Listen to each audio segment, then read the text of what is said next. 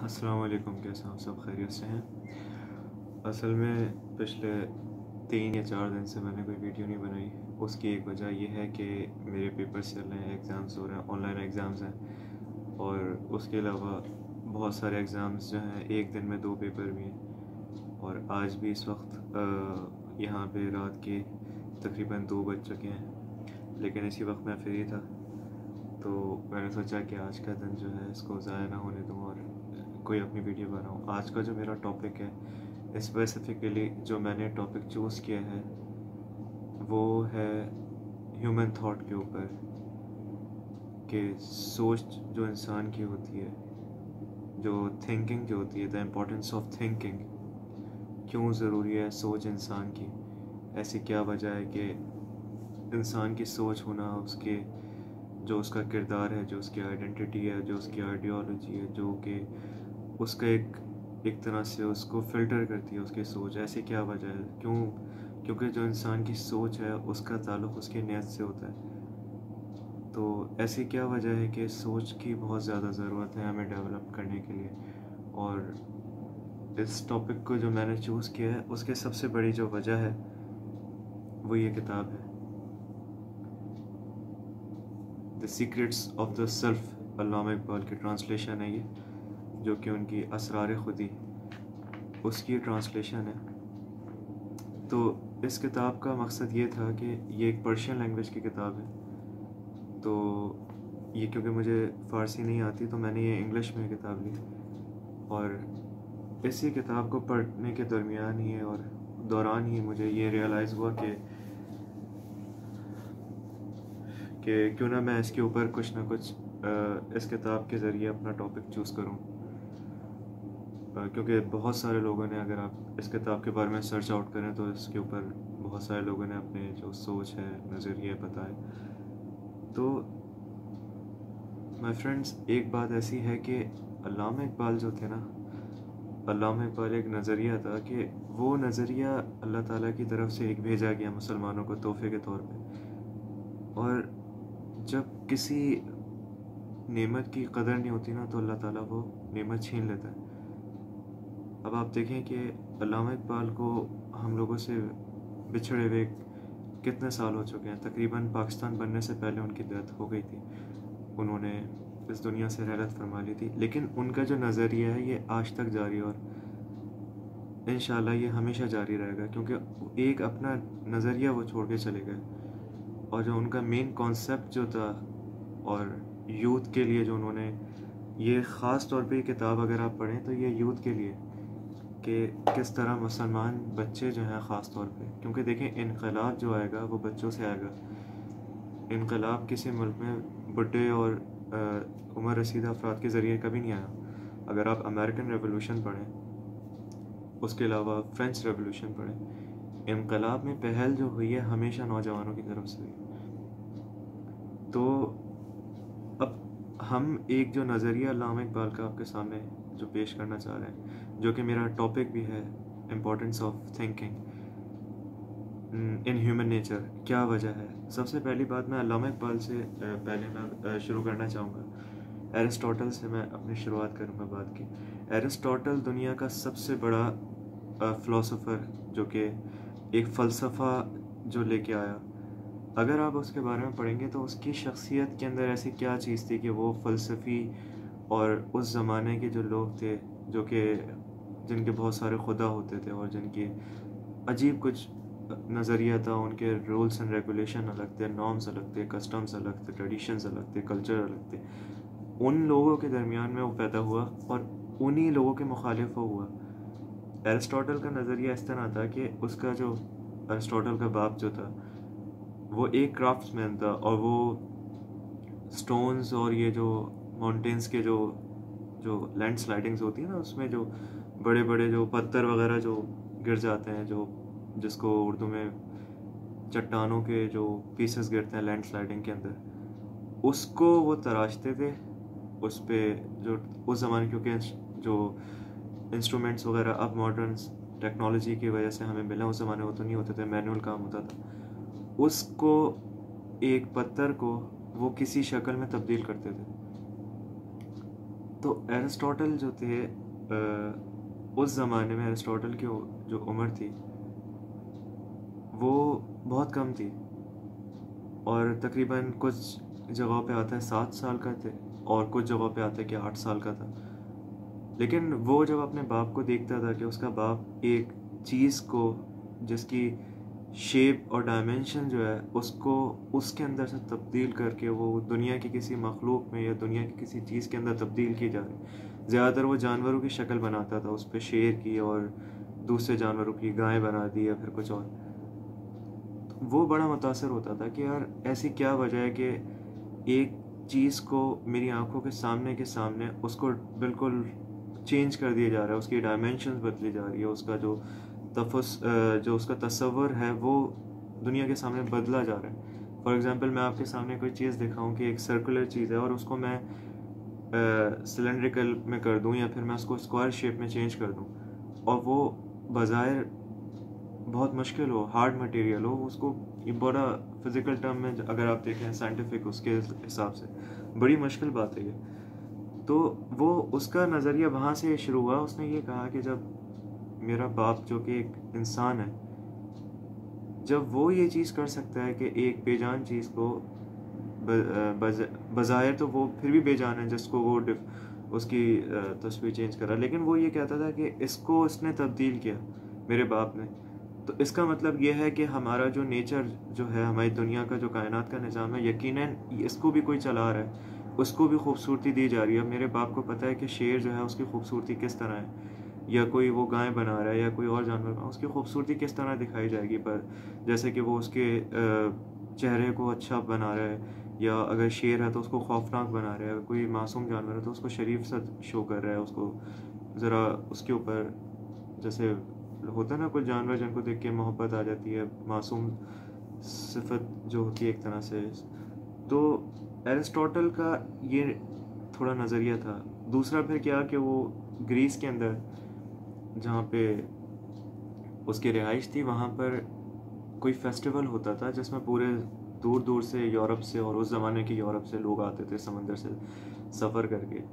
तो और उस ज़माने में ये याद रखिएगा कि ग्रीस के अंदर दुनिया के सबसे ज़्यादा फ़लसफ़ी लोग पाए जाते थे। ये याद रखिएगा, दुनिया में जब भी कोई इनकलाब आया है वह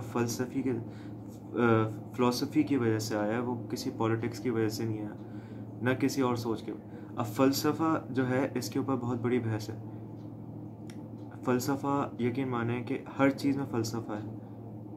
एक नज़रिया जो होता है फ़लसफ़ा, वो आप उसको, आपके हाथ में कि आप उसको किस चीज़ में इस्तेमाल करें। अल्लामा इकबाल का जो फ़लसफ़ा था वो एक तो इस्लाम को उभारा उन्होंने, और यूथ जो थी, नौजवान नस्ल जो थी, तो दूसरे कामों में लगी थी, उनको उन्होंने जगाया अपने फ़लसफ़े से।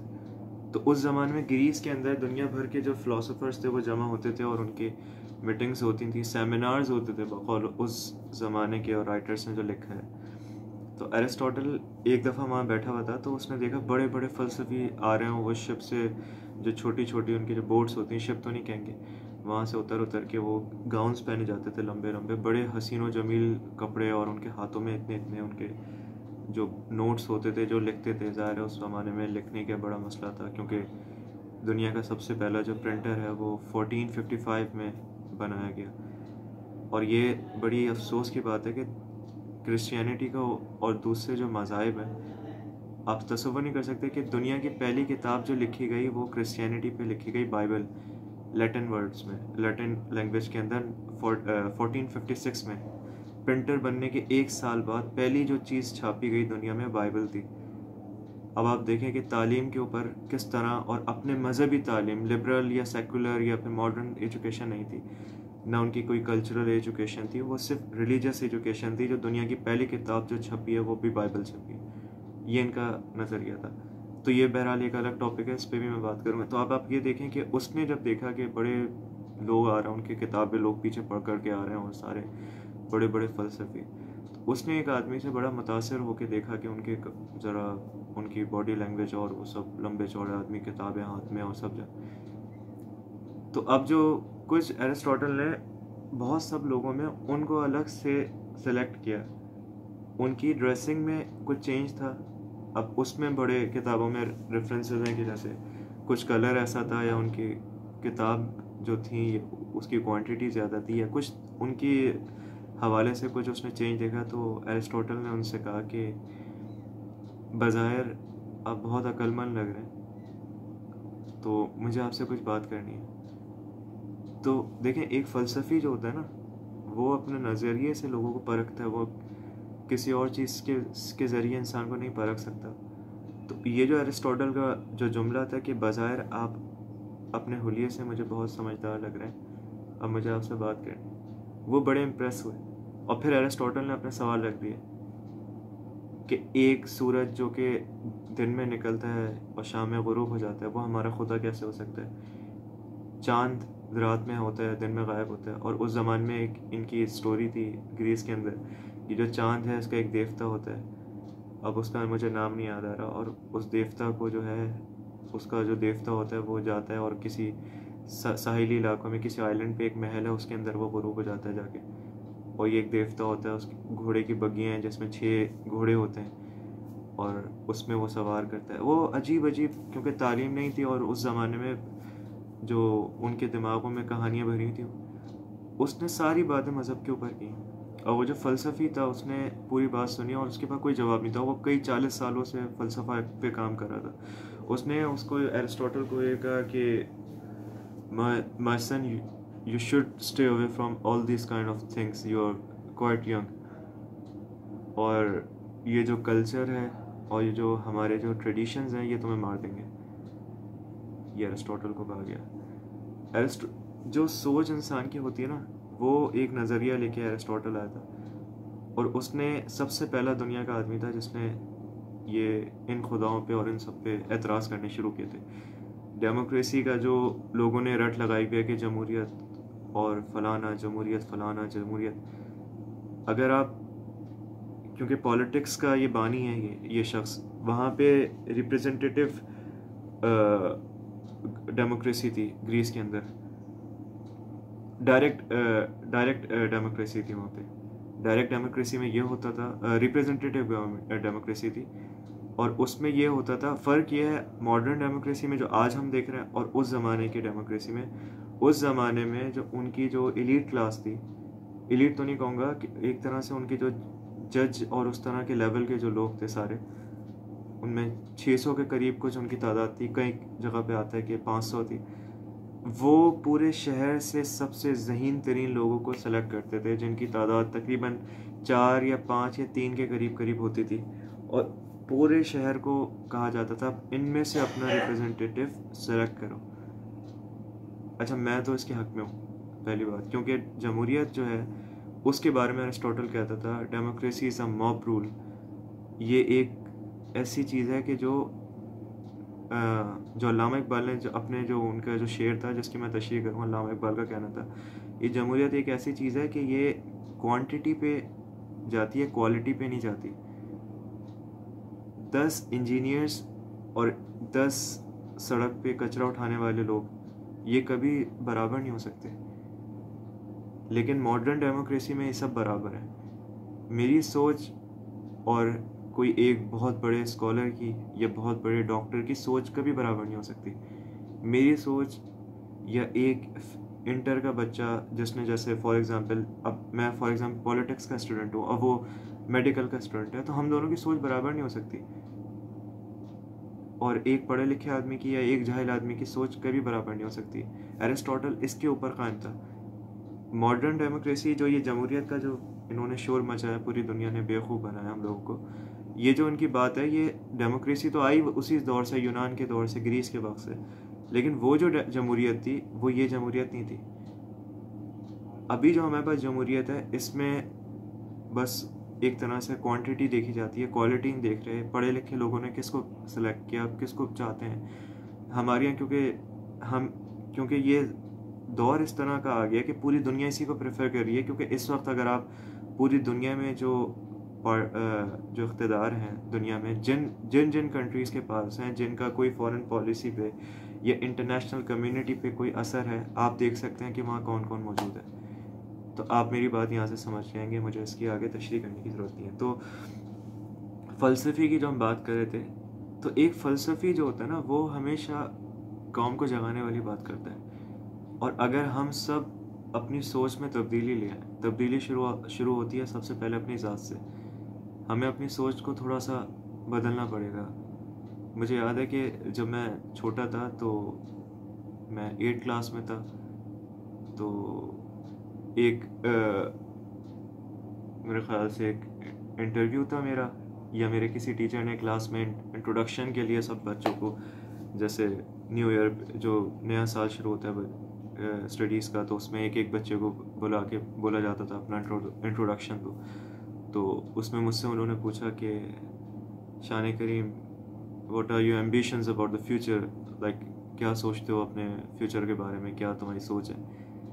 तो मैं 8th क्लास में था, लेकिन अल्हम्दुलिल्लाह मेरी सोच जब से शुरू से मेरी सोच हमेशा मैं ऊपर ही की तरफ देखता हूँ और आगे बढ़ने का सोचता हूँ। मुझे फ़र्क नहीं पड़ता लोग जैसे मेरी सोच से क्या बात करेंगे। तो मैंने कहा I want to be a president of Pakistan, मैं पाकिस्तान का सदर बनना चाहता हूँ। तो मेरी पूरी क्लास हंसी इस बात पे, मेरे दोस्त हंसे सारे मेरी बात पे कि यार ये क्या बच्चों वाली बातें कर रहे हैं। तो उसने मुझसे कहा कि आप जानते हैं आप क्या बात बोल रहे हैं। मैंने कहा सर ये मेरा नज़रिया, मेरी सोच है और मैं हमेशा आगे की तरफ देखता हूँ। मेरी सोच है मैं अपने मुल्क के लिए, क्योंकि अगर अपने मुल्क के लिए कुछ करना है, ज़ाहिर है नीचे से आप कुछ भी कर लें तब्दीली हमेशा ऊपर से आएगी। मैं इस बात को मानता हूँ कि नीचे से अगर हम लोग आहिस्ता आहिस्ता सही हो, क्योंकि हमारी वजह से हमें ऐसे पॉलिटिशियन मिलते हैं। लेकिन कुछ भी है, एक जो ऊपर जो प्रेशर होता है ना, जो फोर्स, जहाँ जिस पॉइंट पे फोर्स लगती है, अगर आप फिज़िक्स में पढ़ेंगे टर्निंग इफेक्ट ऑफ फोर्स में, जब तक आपकी फोर्स एग्जैक्ट नहीं होगी तो मूवमेंट नहीं हो सकती। तो मूवमेंट के लिए फोर्स चाहिए, और वो फोर्स का किरदार हमें ऊपर से ही चाहिए, नीचे तो फोर्स लग नहीं सकती। ये साइंटिफिक ज़रा सी मैंने आपको एग्जांपल दी। तो उसके बाद जब सब हंसे क्लास में, तो मेरे सर थे, उन्होंने एक बात बोली सबके सामने जो मुझे समझ में आई। उन्होंने कहा देखो, इस बच्चे को कोई शर्म नहीं थी कि इसके ऊपर इतने सारे 30-40 बच्चे या 50 बच्चे हंसेंगे, और बच्चे बहुत कंफ्यूज होते हैं, डरते हैं, शर्माते हैं कि हम पे कोई हंसे नहीं। उन्होंने कहा उसके बावजूद उस बच्चे में इतना कॉन्फिडेंस था कि इसने ये बात आके सबके बीच में कही, और मैं तो इसको अप्रिशिएट करता हूँ। तो ये बात बहुत अच्छी बात थी। और एक बात जो थी वो उन्होंने एक और कही थी, वो ज़रा पॉलिटिक्स की हो जाएगी, तो वो मैं यहाँ नहीं करूँगा। अगर कोई मुझसे अलग से पूछेगा वो बात मैं उसको ज़रूर बताऊँगा, यहाँ पे मैं वीडियो में नहीं बताऊँगा, क्योंकि अभी ज़रा वो बहुत ज़्यादा, मैं नहीं चाहता कि मैं किसी पॉलिटिक्स के अंदर, बहुत ज़्यादा पॉलिटिक्स के अंदर, पाकिस्तान की पॉलिटिक्स की घुस के बात करूँ कि ये वो। मैं नॉर्मल डेफिनेशंस और समझाने की हद तक मैंने आपको ही बताई पॉलिटिक्स के बारे में। तो जो सोच इंसान की होती है ना, जब तक आप सोच नहीं अपनी बदलेंगे कुछ नहीं हो सकता। आप ये देखें कि सोच इंसान की होती है, और सोच हमेशा याद रखिएगा नीयत से बनती है। किसी शायर ने कहा था कि बख्श देता है खुदा उनको जिनकी किस्मत ख़राब होती है, वो हरगिज़ नहीं बख्शता उनको जिनकी नीयत ख़राब होती है। और ये तो हुजूर सल्लल्लाहु अलैहि वसल्लम की हदीस भी है कि अमाल का दारोमदार नीयत पे। तो नीयत अगर हमारी अच्छी होगी तो इंशाल्लाह सब काम हो सकते हैं, और नीयत की वजह से ही इंसान की सोच बनती है। हमारे यहाँ जो मुसलमानों के ऊपर जो परेशानियाँ जो चल रही हैं सदी के अंदर, क्योंकि इस सदी में हम मौजूद हैं तो हम इसी को एनालाइज कर सकते हैं, और पिछली सदियों के बारे में हम उसके बारे में जो कॉन्स्पिरेसी थ्योरीज़ हैं या क्रिटिक्स हैं या फैक्ट्स एंड फिगर्स हैं वो पढ़ के हम उसको एनालाइज कर सकते हैं। अभी जो हम एनालिसिस कर रहे हैं इस सदी का, वो ये है कि मुसलमानों की जो सोच जो है वो बहुत लिमिटेड हो चुकी है। वो आगे की कोई बात नहीं कर रहे।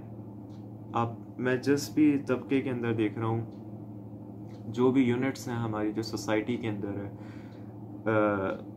एजुकेशनल यूनिट्स हो गए आपके, और आपकी बरादरियाँ हो गई, आपकी फैमिली हो गई, आपके कल्चर्स हो गए। ये एक मैं ओवरऑल बात कर रहा हूँ, पूरी मुस्लिम उम्मा की बात कर रहा हूँ मैं। ये हम आगे नहीं बढ़ सकते। हम मुस्लिम कंट्रीज़ को देखें, क्या वजह है कि हम सब कुछ होने के बाद कुछ नहीं है।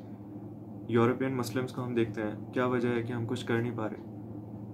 हम एशियन मुस्लिम्स को देखें, क्या वजह है हम सब कुछ होने के बाद कुछ नहीं है। सोच इंसान जहाँ पे है बस वो उससे आगे नहीं बढ़ना चाह रहा, और एक जिम्मेदारी से भाग रहे हैं। जिम्मेदारी लेना नहीं चाह रहे कि वो सारी जो वजहें हैं ना, वजूहात, अगर आप इस पर रिसर्च करेंगे तो सब सोच की है। एक सोच इंसान जब लिमिटेड कर लेता है ना, तो यकीन माने कि वो आगे नहीं बढ़ना चाहता।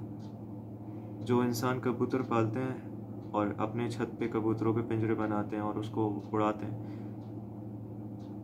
साइकोलॉजिकली वो जब ग़ुलामी इंसान के जहन में आ जाती है ना, या किसी चीज़ के जहन में ग़ुलामी आ जाए, फिर वो कुछ नहीं कर सकती। अब ये फ़लसफ़ी एक एग्ज़ाम्पल है कि जब आप उसको कबूतर को आज़ाद भी कर देते हैं, वो पूरे जहां में चक्कर लगाता है और वो कहाँ कहाँ ईस्ट और वेस्ट, नॉर्थ साउथ, कहाँ कहाँ वो चक्कर लगाएगा, लेकिन क्योंकि उसकी सोच में ग़ुलामी है, वो आएगा वापस यहीं पे।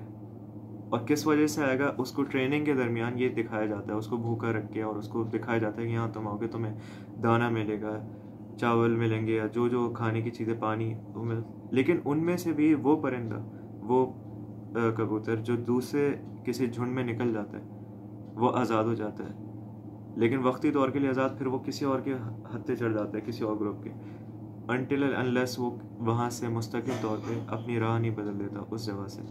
तो इंसान की जो सोच अगर लिमिटेड है, सर्कुलर उसमें मोशंस में घूमता रहेगा, क्योंकि एक सेंट्रीपिटल फोर्स जो होती है ना इंसान की, वो उसको अपनी चारों तरफ से घेरती रहती है। कोई सोच नहीं होगी, इंसान कुछ नहीं। अपनी सोच हम लोग ने लिमिटेड कर दी है, हमें आगे बढ़ना नहीं है।